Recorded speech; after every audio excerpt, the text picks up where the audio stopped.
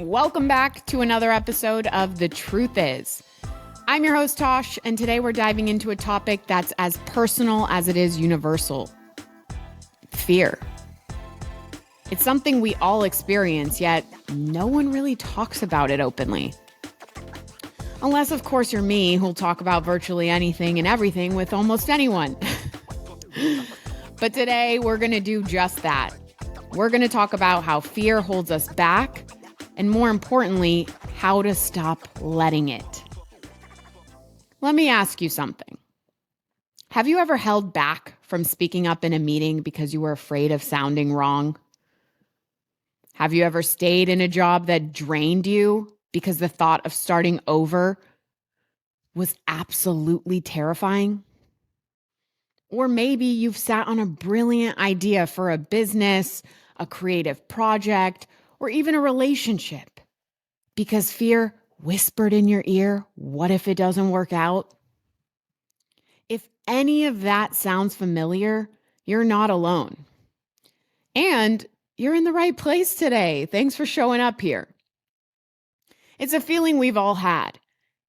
And it's often the very thing keeping us from moving forward, preventing us from becoming who we're meant to be, which is great.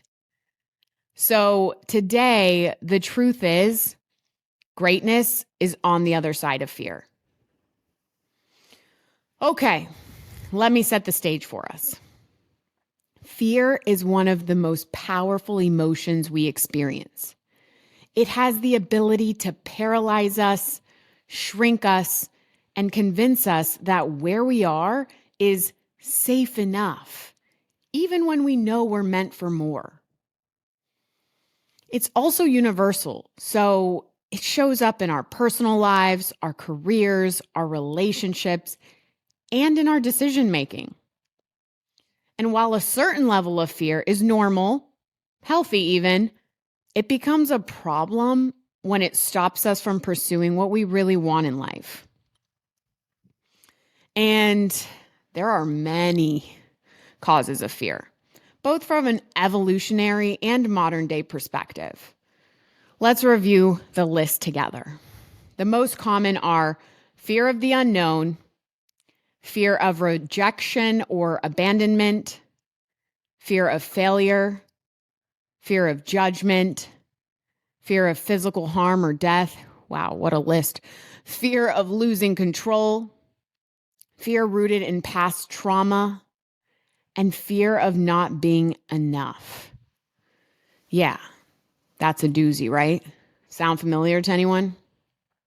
Well, today we're going to focus on the top 4 drivers that primarily impact our work and personal lives. Those being uncertainty, rejection, failure, and judgment. So fun, right? But the truth is, we worry about what people will think. It's human nature. We're afraid of failing. That sounds about right too. And sometimes we're just scared of the unknown. Kind of like how I feel going deep into the ocean. Like, the ocean is so unknown. If I go out there and something touches me, oh no, I am out. I need to see crystal clear waters that I can see through what is around me. I can't have it. But here's the thing. Fear isn't a stop sign, or at least it shouldn't be. Rather, it's a signal, a reminder that you're on the edge of growth. And the truth is, greatness is on the other side of that edge. So, according to a study published in the Journal of Anxiety, Stress, and Coping, people who confront their fears head on report significantly higher levels of life satisfaction and personal achievement. Yet still, a 2018 report by Chapman University found that 55% of Americans fear stepping outside of their comfort zones, especially when it comes to career moves and interpersonal risk. So, fear is sneaky. It doesn't always show up as panic or dread. Sometimes it looks like procrastination. Sometimes it looks like perfectionism. Sometimes it looks like, I'll do it next year. So, according to a 2023 LinkedIn Workforce Confidence Index, geez, couldn't have picked a longer name, 61% of professionals reported that fear of failure is the number one reason they hold back from pursuing a new opportunity. That's far too many people settling, if you ask me. So, what does fear look like in real life? Do I have some examples for you? Of course I do. Who do I look like? Well, here we go. Let's start off with fear looking like not speaking up at work. How many times have you had a great idea but stayed quiet in a meeting? Or maybe you wanted to challenge a perspective but didn't because you were worried about how it would be received. Yeah, don't lie to yourself. You know you've been that person. I've seen this time and time again, y'all. Poor business decisions being made because the true experts on the subject stay quiet in a meeting that's led by someone of higher seniority. Maybe it's their boss, maybe it's the department head. But no one is willing to step in and say, that doesn't quite add up. Or, I disagree with that approach for these reasons. I would recommend these alternatives. I'm not saying to pop off or be disrespectful, but I've been in meetings where someone is speaking straight nonsense. And when asked if anyone had anything to add, silence. Well, that's not fully accurate because it's not every meeting. If it were a meeting that's related to a matter of my expertise, y'all know I'm coming off of mute to share my thoughts. And that's just a given. Next example, how about not asking for that promotion you've earned? Not hoped for, earned. But then fear creeps in like the boogie monster, and you don't want to seem arrogant, or maybe you're afraid they'll say no. But guess what, my friend? If the worst case scenario is that they say no, then oh, happy day. Oh, happy day. Okay, no. You should be rejoicing. Seriously. Go ahead and ask. Yeah, maybe hearing no isn't fun, but it's not worse than where you're at today. The real tragedy would be if you asked for a promo or a comp increase and they told you that because of the ask, you're getting demoted or a reduction in salary. Or the absolute worst case is that they just fire you on the spot. And as an HR leader, I'm telling you, that's not happening. Or you have a very strong wrongful termination lawsuit on your hands. So sounds kind of like a win-win to me. Go for it. Fear also can look like not quitting that job you hate. Ding, ding, ding. We have a winner here. I know this one probably resonates with more than a few of you. You know it. You know the job is draining you. You fantasize about leaving or the building burning down. Either would make you happy at this point, but the fear of the unknown, the what ifs, keep you there longer than you should stay.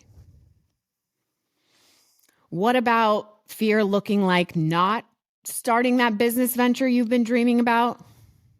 You know how it goes. You scroll LinkedIn, watching everyone else launch their thing while your idea stays tucked away in your notes app. Yeah, when you see John Wins-A-Lot post about raising a $10 million seed round to build their new tech platform, or Jessica Happy Face launched her new skincare line, it makes you feel some type of way. Don't deny it. You've been that person. Hell, I've been that person. I was that person before I started this launchcast. Before I launched this podcast. That's English. I'd been thinking about it for almost 2 years before I decided to actually pull trigger and just do it. But I would open my LinkedIn and see everyone starting their new thing, all happy. And what was I doing? Hiding behind my fear. Yeah, I was scared it was going to suck and people would be like, what the hell is she doing?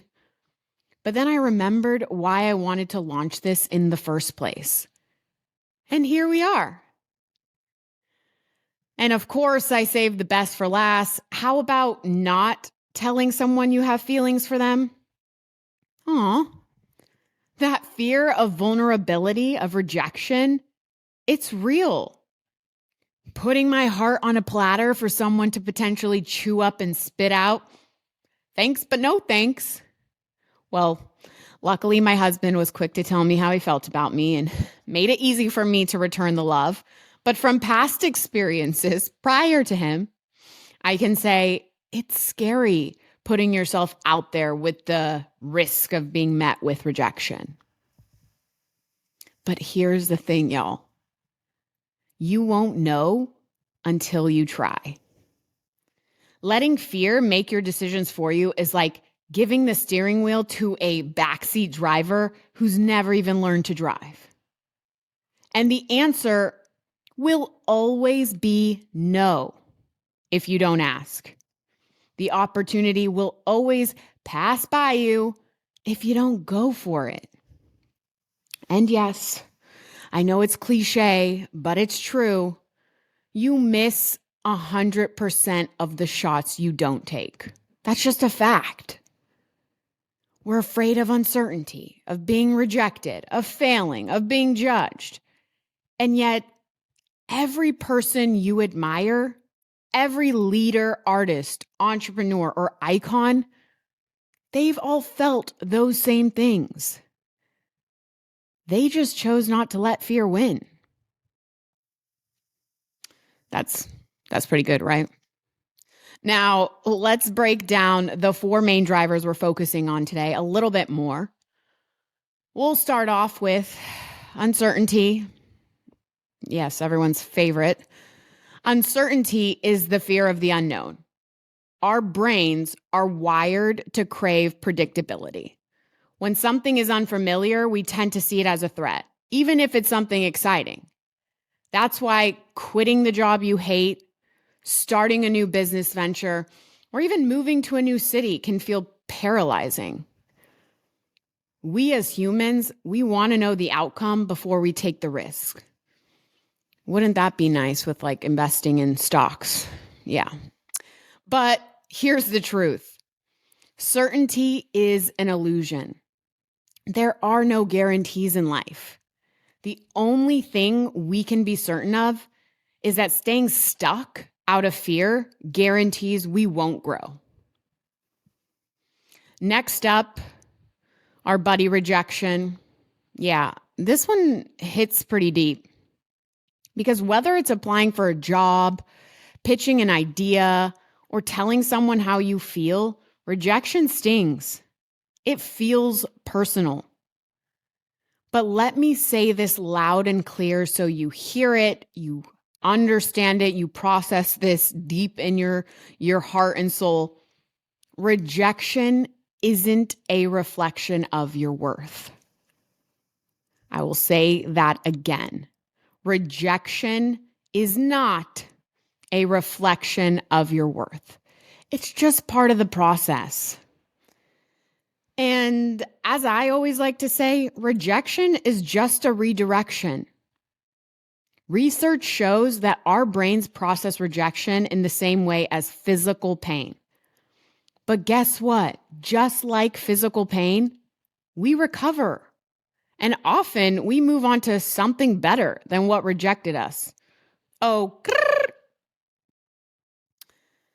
Okay, now it's our friendly foe, failure. Yes, failure and the fear of it keeps a lot of us from even trying.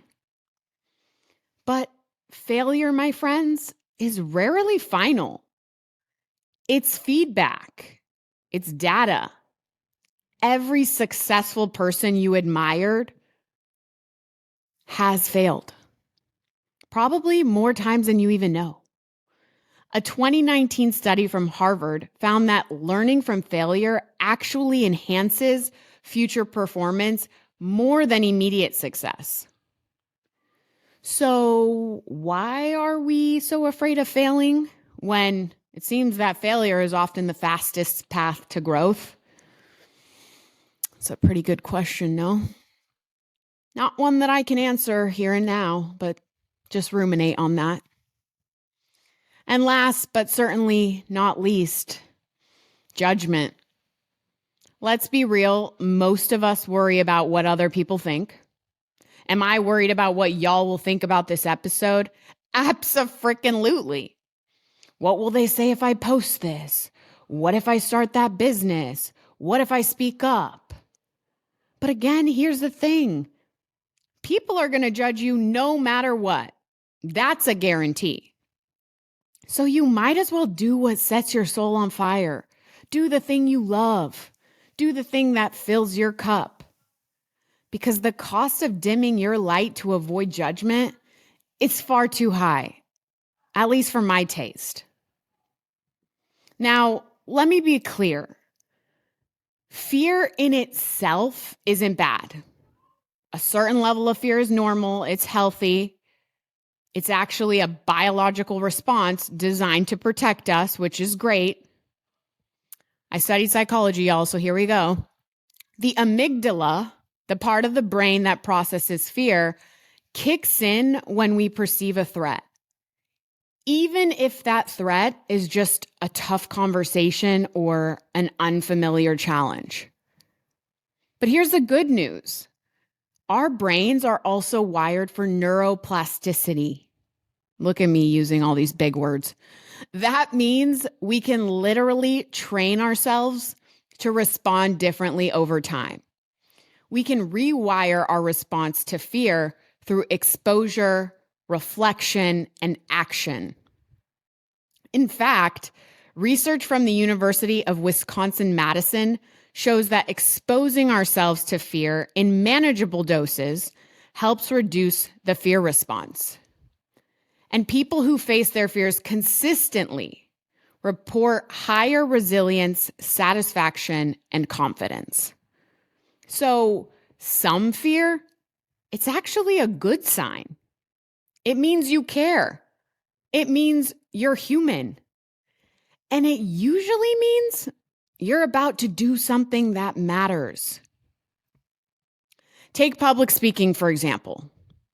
According to that same Chapman University study, 77% of people fear public speaking more than death. But what happens when you get through that presentation? You grow. Your confidence increases. You realize you're capable of more than you thought.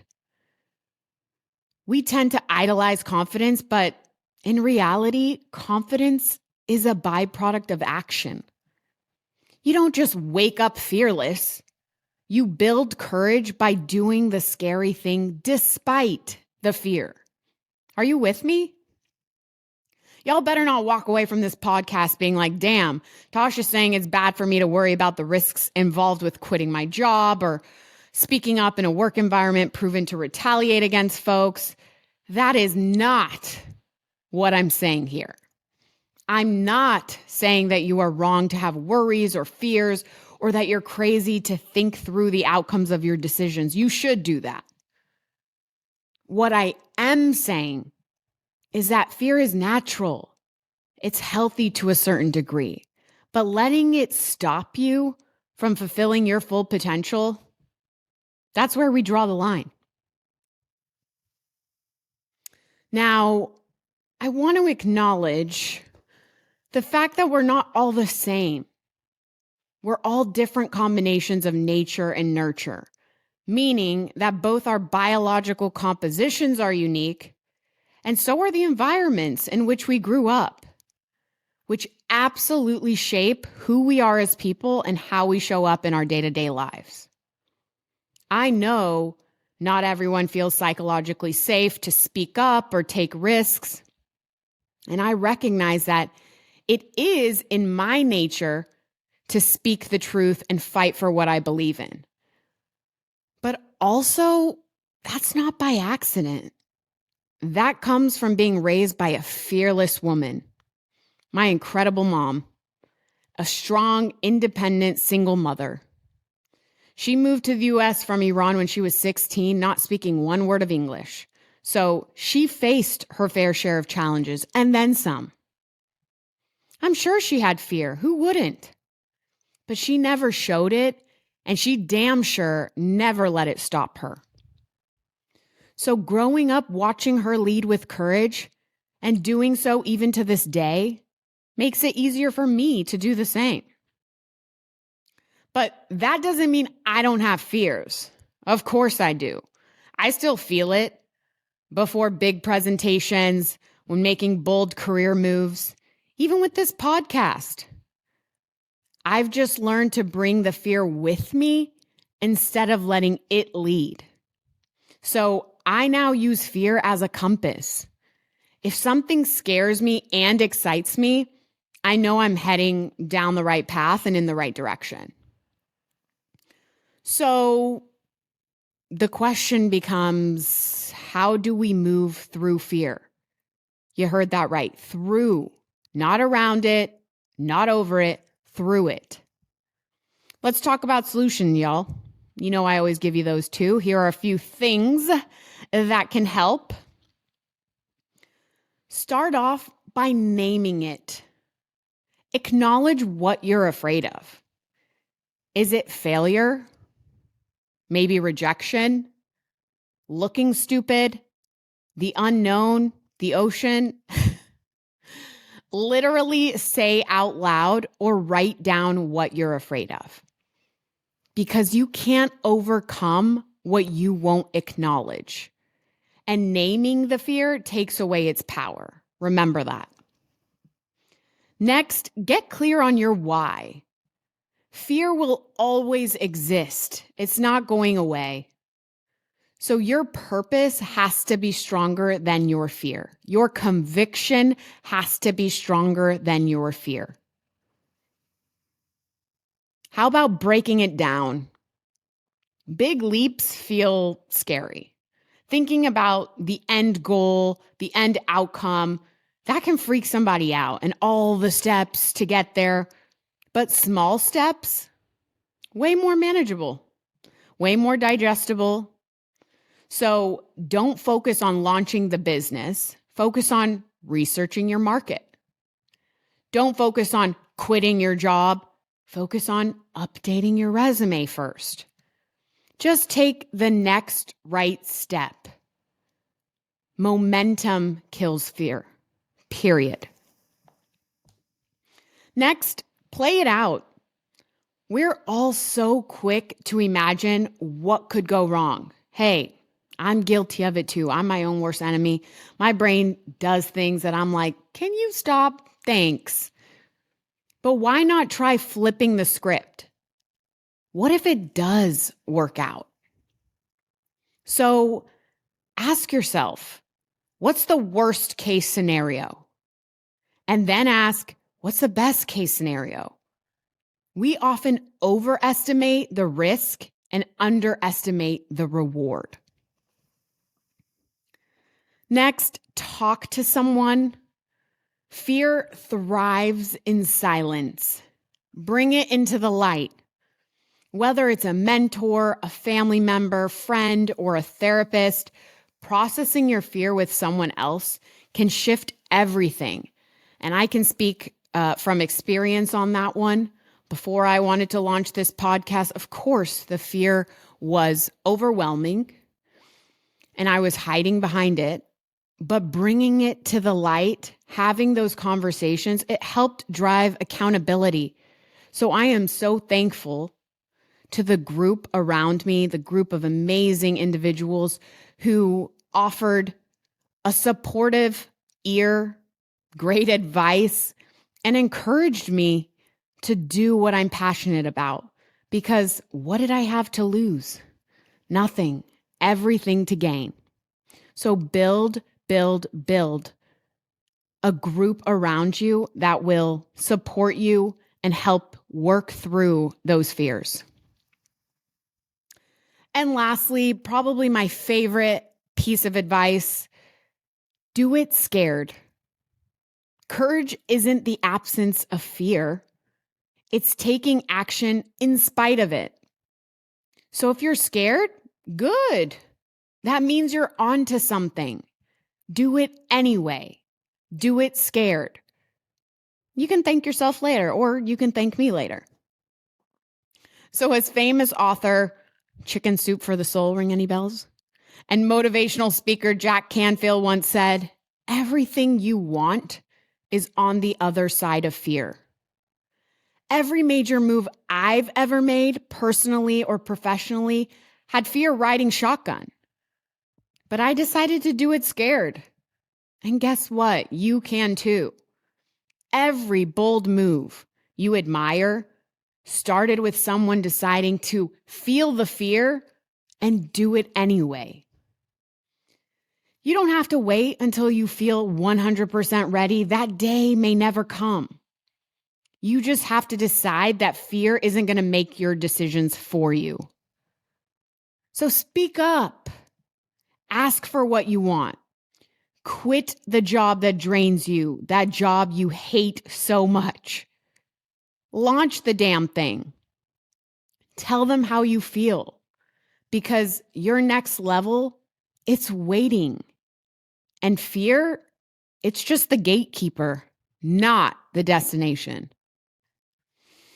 Ooh, what a topic, y'all. Has me thinking about all my fears. Well, it also has me thinking about the fears I've overcome, but, there are still some there lingering, but we'll work through it. Let me leave you with this. If you're feeling afraid, it doesn't mean you're weak. It absolutely does not mean you're weak.